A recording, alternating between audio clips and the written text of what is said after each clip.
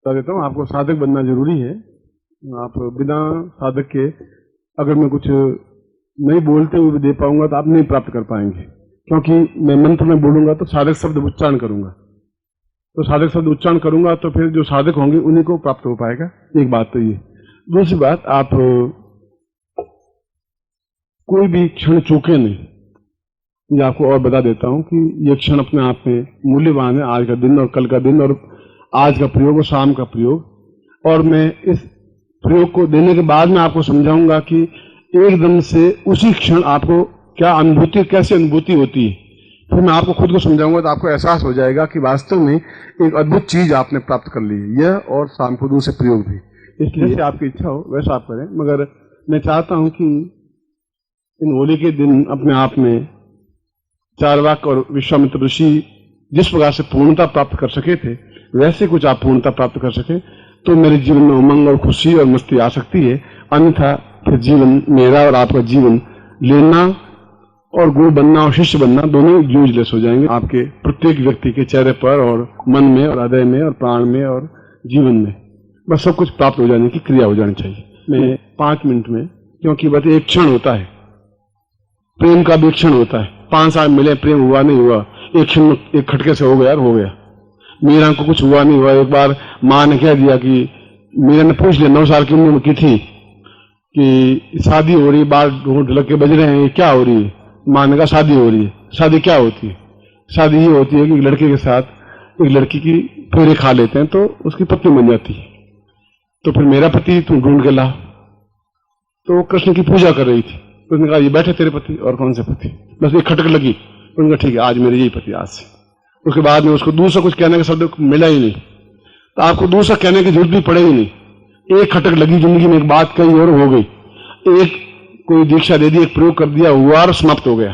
तो उस प्रयोग को दूसरी बार हो नहीं पाएगा, कर भी नहीं पाऊंगा, करना चाहता भी नहीं हूं। इसलिए प्रत्येक क्षण आपके लिए मूल्यवान है। अब आप उसको कितने उमंग के साथ लें या सोच के लें वो तो आपकी इच्छा की बात है, मगर ये सब क्षण आपके लिए मूल्यवान है। मैं विशेष दीक्षा दे देता हूं।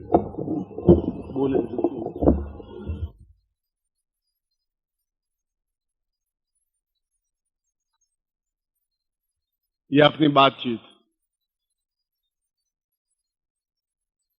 प्रारंभ करने से पूर्व पुष्पहार से रमेश पाटिल ने एक गुरु श्रद्धा व्यक्त की। रमेश पाटिल तो एक नाम है, इसके अलावा भी प्रवीण जोशी हैं और गुजरात में शायद सैकड़ों हजारों शिष्य हैं जिन्होंने एक चेतना जगाई, एक जनमत तैयार किया, एक शिष्यत्व तैयार किया। एक भावना है, एक चेतना है, एक अटैचमेंट है। कुछ लोगों में गुरु के प्रति समर्पण बहुत ज्यादा होता है, उसको कुछ सिखाने की जरूरत नहीं होती। जैसे कैलाश ने कहा कि जब बच्चा बड़ा होता है तो फिर गुरुदेव के शरण में जाता है, फिर गुरुदेव उसको कहते हैं तू शादी कर ले, उसकी शादी हो जाती है। फिर गुरुदेव कहते हैं तो बच्चा कर दे, फिर बच्चा हो जाता है। मैंने तो किसी को बच्चा पैदा करना सिखाया ही नहीं, वो लोग खुद ही ट्रेंड होते हैं, अपने आप में ही ट्रेंड होते हैं, उनको ट्रेन करने की जरूरत होती ही नहीं। वो तो जन्मजात ट्रेंड है और मुझसे ज्यादा ट्रेंड है। मैं तो ट्रेंड हूं ही नहीं इस मामले में। इसलिए आप लोग अपने लड़के की विवाह करते हैं, शादी नहीं करते। शादी तो वो अपने आप कर लेता है पहले से, शादी करने की आपको जरूरत नहीं है। आप तो केवल बाद में एक फॉर्मेलिटी पूरी कर लेते हैं कि चलो शादी कर लो, इस शादी से कर लेते हैं। मगर यह शादी करना और विवाह बंधन में बंधना या संतान पैदा करना या जो कुछ भी है, यह भी जीवन का एक आवश्यक तत्व है, होना ही चाहिए। होना चाहिए, मालूम पड़ना चाहिए क्या चीज है ये भी कोई चीज होगी तो जरूर। इसलिए अगर शादी नहीं करेंगे तो मन में खटक रह जाएगी कि साली और थी, क्या होती है, क्या होता है। प्रेम भी कर ही डालना चाहिए, चाहे जूते पड़े तो कर डालना चाहिए। मन में ये जाए शादी एक प्रेम कर लिया बस। इसलिए जो जीवन में जो भी इच्छाएं भौतिक रही हैं, मैं आपके साथ में हूं। जूते पड़ेंगे तो मैं पास में खड़ा रहूंगा, आप चिंता मत करिए। मैं कोई हस्तक्षेप करूंगा नहीं, ना तो मैं रोकूंगा उसको, ना आपको रोकूंगा कुछ नहीं, मगर आपको बिल्कुल ज्ञान हो जाएगा कि प्रेम कैसे होता है, कैसे किया जाता है। और शास्त्रों में कहा है कि सबसे अभागा व्यक्ति वो होता है जिसकी पत्नी सुंदर होती है, वो सबसे अभागा होता है। कि उसको हरदम चिंता रहती है मेरी पत्नी सुंदर है, साले को गड़बड़ हो गया तो क्या होगा, तो बड़ी गड़बड़ हो जाएगी। वो ऑफिस में से बीच में एकदम से 3 बजे आएगा दौड़ करके, क्योंकि 2:30 बजे तो मालूम है लंच है, अब 3:30 बजे जाओ, मालूम तो पड़े क्या गड़बड़ है, फिर 3:30 बजे जाएगा, फिर 5 बजे आएगा, फिर कभी 9 बजे आएगा, हरदम उसको खटक बनी रहेगी। चारवाक ने कहा है कि श्रेष्ठतम पुरुष वो होते हैं जो कुरूप स्त्री से शादी करते हैं। कोई तकलीफ और कोई दूसरी चिंता, काली हो, कुरूप हो, दांत निकले हुए हो, ऐसी हो, बस आप बिल्कुल ऑफिस में बैठे रहे, आपको चिंता करने की जरूरत ही नहीं है। चारवाक की पत्नी बहुत ही असुंदर थी, जितने ऋषियों की किसी की पत्नी इतनी असुंदर नहीं हुई जितनी चारवाक की पत्नी असुंदर थी। इसे चारवाक को कोई चिंता ही नहीं थी, और उसने कम से कम 110 श्लोक लिखे, और उसमें लिखा है कि पत्नी कैसी होनी चाहिए। पहले तो अपनी पत्नी का गुणगान किया है, वर्णन किया है कि मैं बहुत सौभाग्यशाली हूं कि तेरे जैसी अद्वितीय पत्नी मुझे मिली। और पत्नी के वर्णन में उसने लिखा है, मैं एक छोटा सा श्लोक जो उसका प्रारंभिक श्लोक है, 5वां 6वां श्लोक है, वह श्लोक वर्णन कर रहा हूं, फिर अपनी बात आगे रखूंगा आपको। लंबोदरम पूर्वमदैव देवम स्त्रियं च नेत्रं भवतां गजैव दन्तोष्ठमुक्ति वरदं तदैव प्रणम्यं निर्भय प्रणम्यम।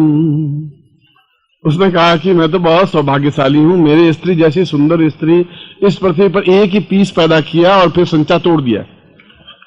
भगवान ने दूसरा पीस पैदा ही नहीं किया, एक बन करके मेरे गले बांध दी।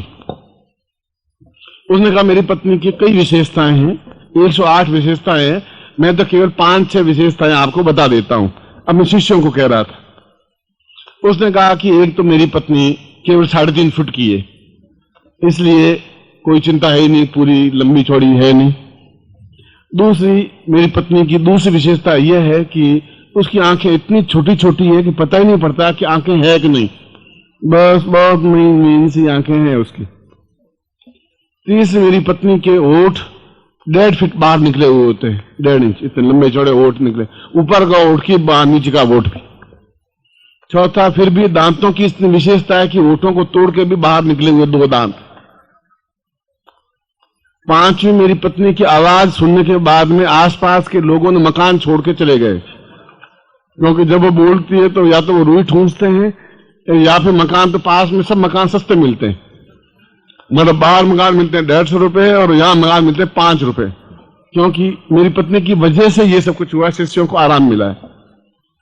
छठी, मेरी पत्नी की विशेषता यह है कि उसके वो जितनी बार भी बाल झाड़ती है तो गंजी होती रहती है, तो साल भर बाद बिल्कुल ठीक हो जाएगी। सातवीं, वह पत्नी मुझसे इतना अधिक प्रेम करती है कि मेरी तरफ ताकती नहीं और न भी मैं ताकता हूं। और सातवीं, उसने 3 बार संतान पैदा किया, 3 संतान एक साथ पैदा किया।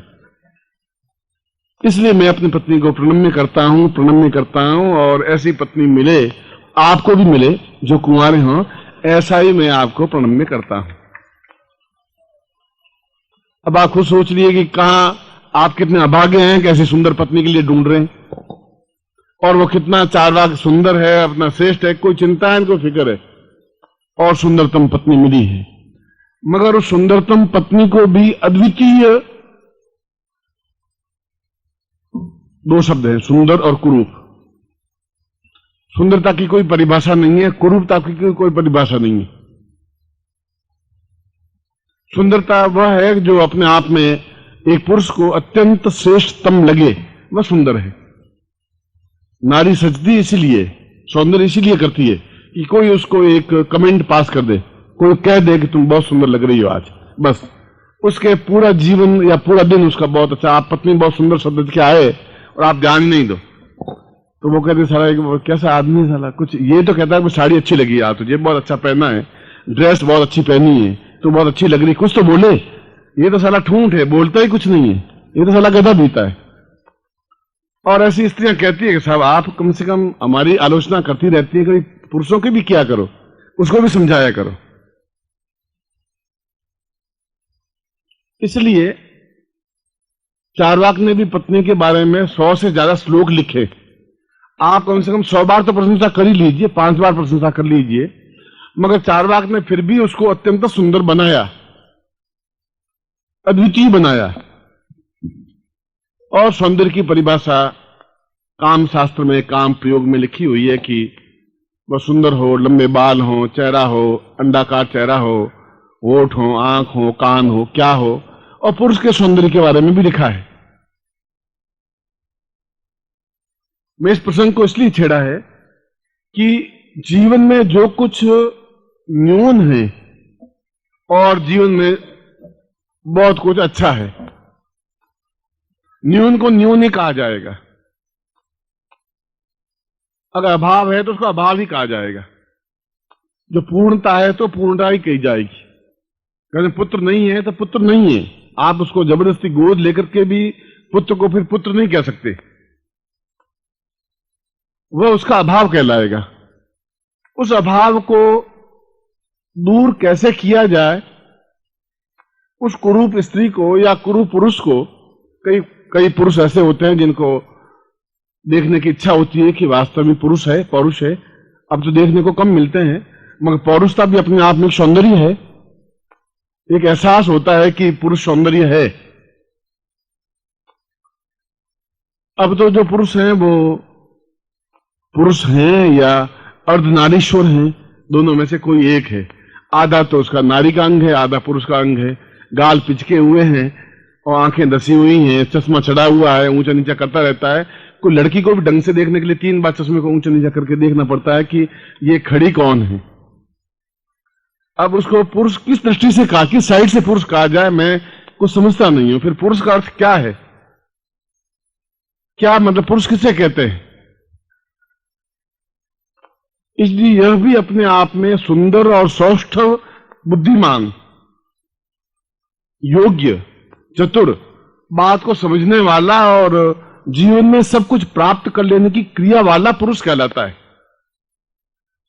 पुरुष का मतलब यह नहीं है कि उसका बहुत अंडाकार चेहरा हो और गोरे हो, सुंदर हो और बहुत महीन आवाज में बोलते हो और बिल्कुल लहराते हुए चलते हो, वह पुरुष नहीं कहलाते। तो चीजें दो ही होती हैं, या तो असौंदर्य या सौंदर्य, या निर्धनता या संपन्नता, या कमी या पूर्णता। तो क्या जो जीवन में न्यूनता है वह न्यूनता बनी रहनी चाहिए या उस न्यूनता को पूरा करना चाहिए? क्या गुरु को इंतजार करना चाहिए कि इसकी न्यूनता को पूरा करें या गुरु उसकी पूर्णता कर दे? ये हमारे जीवन की सबसे बड़ा प्रश्न है। ये हमारे जीवन की सबसे बड़ी एक चिंतन है कि हमारे जीवन की एक अभाव है, मेरे जीवन का एक अभाव है, सपोज है।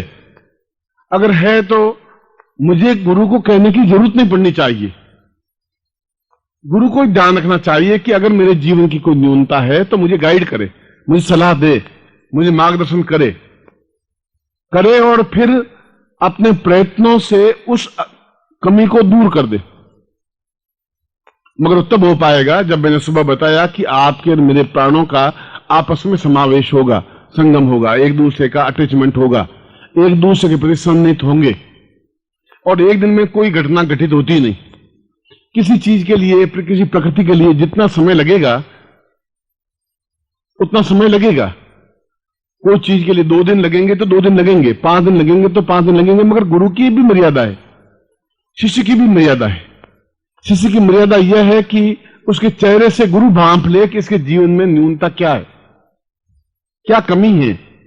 अगर मैंने सुबह आपको प्रवचन कहा आप मुस्कुराइए, आप हंसिए, आप खिलखिलाइए, मगर आप नहीं खिलखिला सकते, आप नहीं मुस्कुरा सकते, इसलिए कि आपके जीवन में यदि कोई अभाव है तो उस अभाव की जब तक पूर्ति नहीं होगी तब तक जीवन में संभव नहीं हो सकता। और यह जीवन में संभव केवल तंत्र के माध्यम से संभव हो सकता है, मंत्र के माध्यम से वह संभवता नहीं आ पा सकती। दोनों चीजें अलग अलग है। मिठाई एक अलग चीज है, बिल्कुल। दाल रोटी सब्जी बिल्कुल एक अलग चीज है। दोनों ही भोजन करने की चीज है, दोनों से ही पेट भरता है। पर मिठाई 110 रुपए किलो बिकती है और रोटी 5 रुपए की रोटी बिकती है। तो गुरु और शिष्य का संबंध इतना महीन है, इतना सूक्ष्म है कि गुरु को चाहिए कि शिष्य की न्यूनता को दूर करे, या गुरु को चाहिए, शिष्य को चाहिए कि अपना सब कुछ गुरु के चरणों में समर्पित कर दे। अपना शरीर, अपना मन, अपना प्राण, अपने विचार। फिर उसमें कुबुद्धि पैदा नहीं करे। वह कुबुद्धि पैदा करके अपना ही हानि करता है। वह सोचता है मैं बहुत बुद्धिमान हूं, और गुरु समझता है कि यह चालाकी कर रहा है। गुरु 2 मिनट में समझ जाता है। आप बोलते ही गुरु समझ जाता है, क्योंकि उसका जीवन का अनुभव है। किसान 2 मिनट में समझ जाता है कि इसमें गेहूं के दाना पड़ चुका है कि नहीं बाली में, मुझे नहीं मालूम पड़ेगा। तो तुमसे रात दिन आज 50 साल हो गए, और 50 साल में करोड़ों लोगों से मिला, तो आपको देखते मैं समझ जाता हूं कि इसके जीवन की न्यूनता क्या है।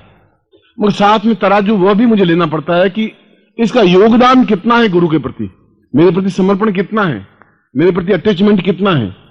और अटैचमेंट की कोई परिभाषा तोल नहीं है कि 5 किलो या 3 किलो या 2 किलो। मैं आपको जीवन का सबसे बड़ा दुख, हमारे शास्त्रों में यह कहा गया है कि जीवन में एक पुत्र होना चाहिए।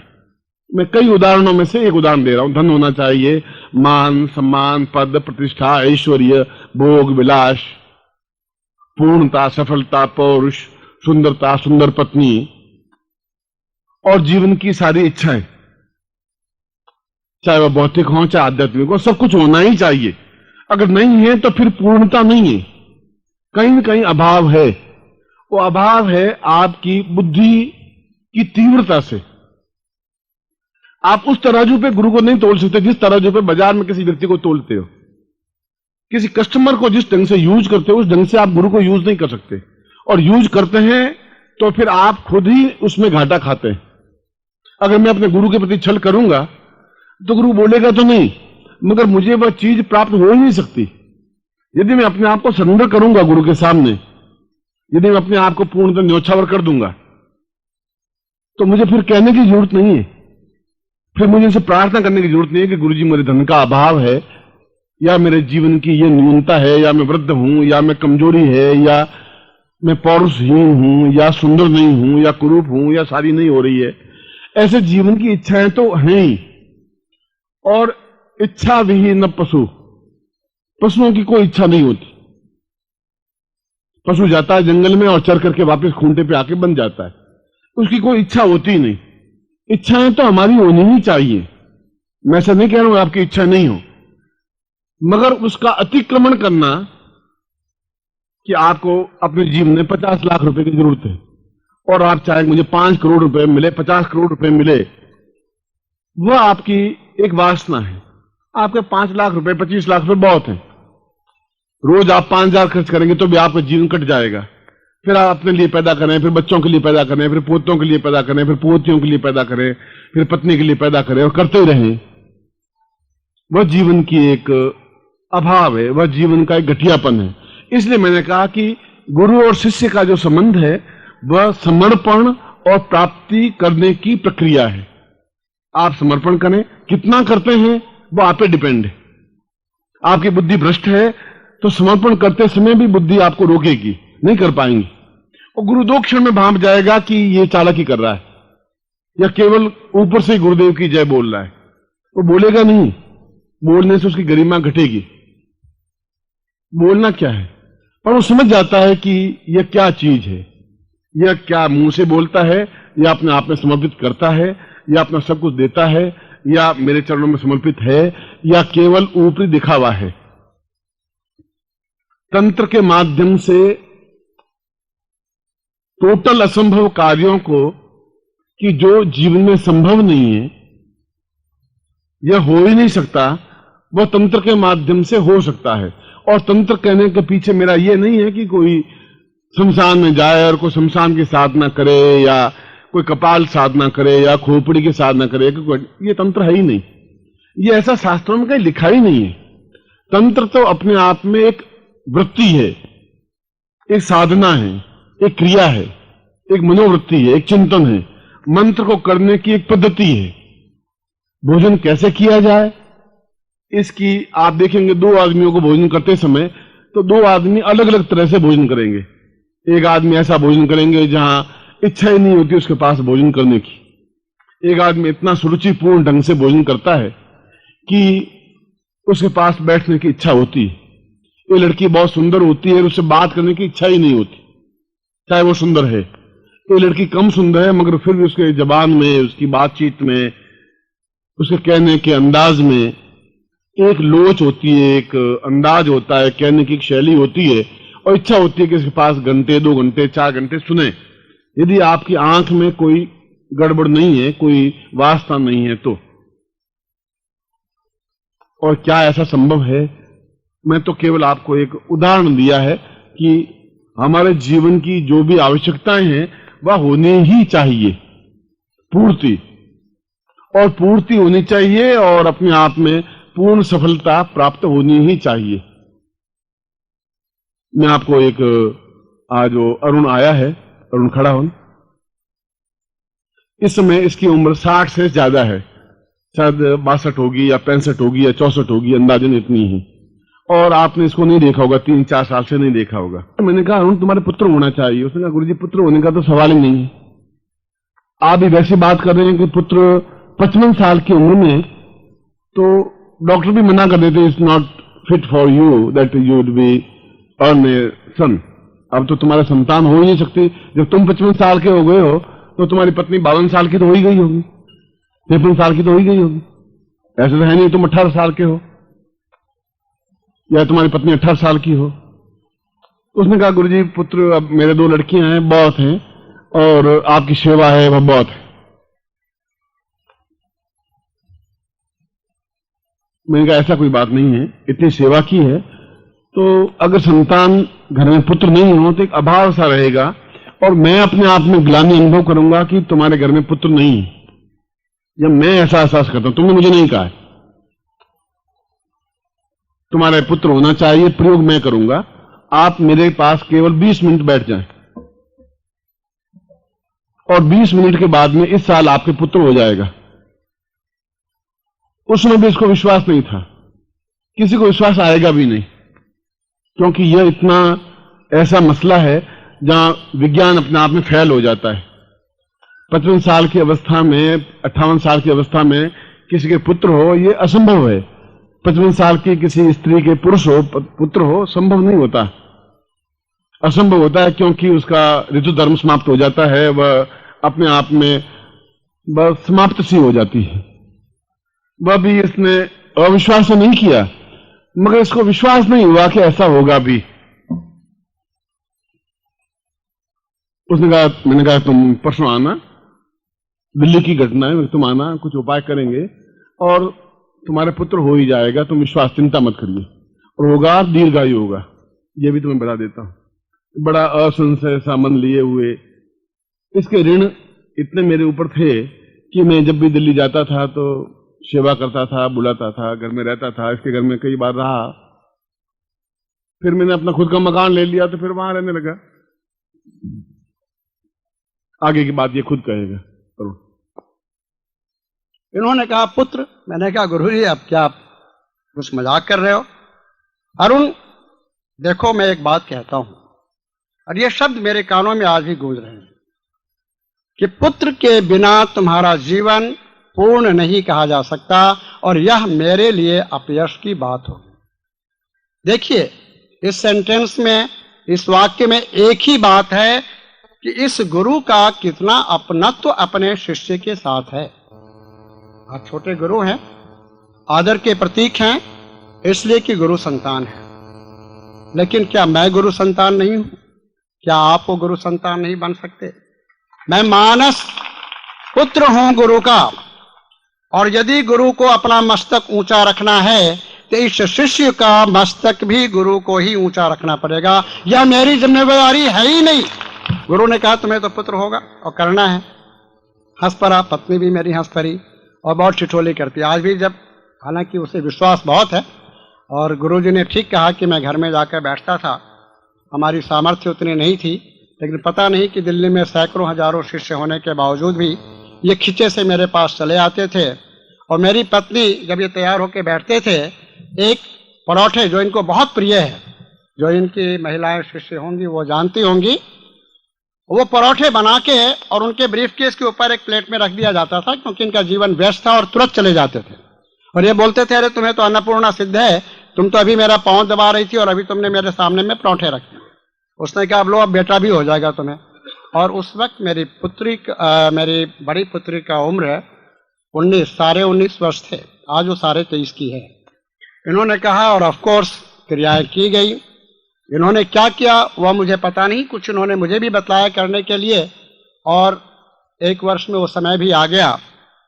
और वह समय वो था जबकि मैंने सब कुछ लौकिकता की दृष्टि से, धन की दृष्टि से गंवा दिया था। और मैं गुरु मंत्र या गुरु शक्ति के नाव पर बैठकर उस काली रात्रि को कैसे पार किया मुझे पता नहीं। और उसी बीच में, जिसे मैं दुर्दिन का दिन कहता हूं, जिसे मैं निकृष्ट समय कहता हूं, इन्होंने वह पुत्र रत्न पैदा किया, मुझे वरदान के रूप में दिया, जो एक अद्भुत बालक के रूप में मेरे पास है। मैं उसे अद्भुत कहता हूं क्योंकि गुरु का रूप उसमें मुझे दिखता है। और वह साकार गुरु बनेगा। बहुत ही विलक्षण 2.5 साल का बच्चा है, और मैं कभी कहता हूं मेरी नजर ना लगे, लेकिन अत्यंत विलक्षण है। गर्भस्थ शिशु को इन्होंने दीक्षा दी, अनेकों क्रियाएं संपन्न की। मेरे साथ तो खैर जो ये करते हैं रात्रि में और सोने के वक्त में भी जो दीक्षाएं और साधनाएं करवाते हैं, वह तो अद्भुत है ही, लेकिन उस 2.5 वर्ष के बालक में भी जो चीज देखने को मुझे मिल रहा है, जो एक विज्ञान का विद्यार्थी है, जो पुत्र की प्राप्ति के लिए कभी विज्ञान का सहारा लिया था। इन्होंने कहा कि अब तुम्हें बेटा होना चाहिए। मैंने कहा छोड़ो इस बात को, आगे की बात कहो। और इन्होंने कहा नहीं, मेरा शिष्य अपूर्ण नहीं रह सकता। लेकिन इन्होंने कहा मेरा शिष्य, मेरा पुत्र। तो इन्होंने एक बात और आज के भाषण में कही है, आज के प्रवचन में, कि किसी को गोद ले लेने से पुत्र का सुख प्राप्त नहीं हो सकता। गुरु के चरणों में बैठकर अपने आप को शिष्य कह देने से ही शिष्यत्व का सुख भी प्राप्त नहीं हो सकता। शिष्यत्व के सुख को प्राप्त करने के लिए समर्पण की जरूरत होती है, और समर्पण के लिए आपको अपनी जमीन, अपना घर देने की जरूरत नहीं है। गुरु के पास सब कुछ है, इतना है कि आपकी 10 पीढ़ियों को दे सकता है।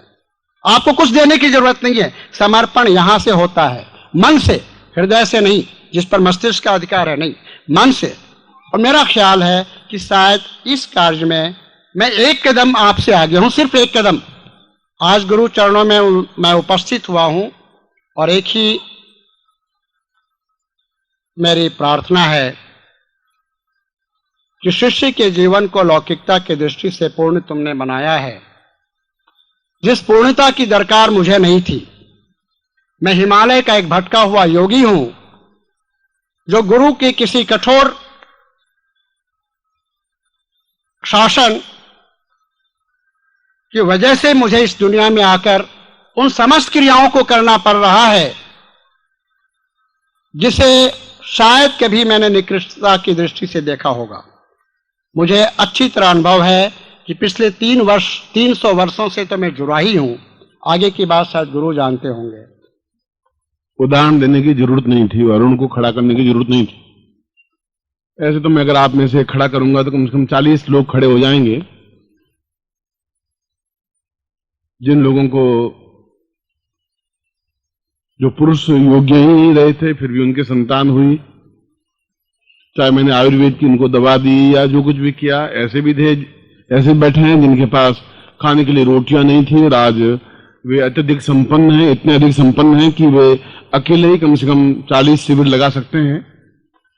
ऐसी भी लड़कियां थी जिनको शायद कोई देखता ही नहीं था, उनको भी अति सुंदर बनाया है, और उनकी बहुत अच्छे घराने में शादियां हुई हैं, और वे सब यहां उपस्थित हैं। अगर मैं खड़ा कर दूंगा तो ऐसे 3 दिन लग जाएंगे उनकी आप बात सुन करके या उनके द्वारा कही गई बातों को सुन करके। मेरा उद्देश्य आपको केवल एक एग्जाम्पल देने का था कि जहां अमेरिका के डॉक्टरों ने इस बात को कह दिया था कि इस जीवन में तुम्हारे पुत्र जैसी कोई चीज नहीं हो सकती, संतान ही नहीं हो सकती, तो एक चैलेंज था। यहां पर मैं कल आपके सामने एक लड़की को खड़ा करूंगा, कल बुलाऊंगा। आज कहा है मैंने, उसको कल आया है। मैं केवल उदाहरण से बात कर रहा हूं, हालांकि मुझे प्रवचन तो किसी और विषय पर आपको करना है। उसकी उम्र इस समय 80 साल के आसपास, 80 ईयर्स है। और वो पहले ये कैलाश छोटा था या अरविंद छोटा था तो वो अध्यापिका थी, फिर रिटायर्ड हो गई थी। और उसका मेरा कोई आपस में संबंध नहीं था, ना कोई परिचय था। बस वो रविवार को आती है, इनको आई साफ साफ लिखाती कि लिखने का अभ्यास होना चाहिए, अच्छी तरह से अक्षर अच्छे होने चाहिए।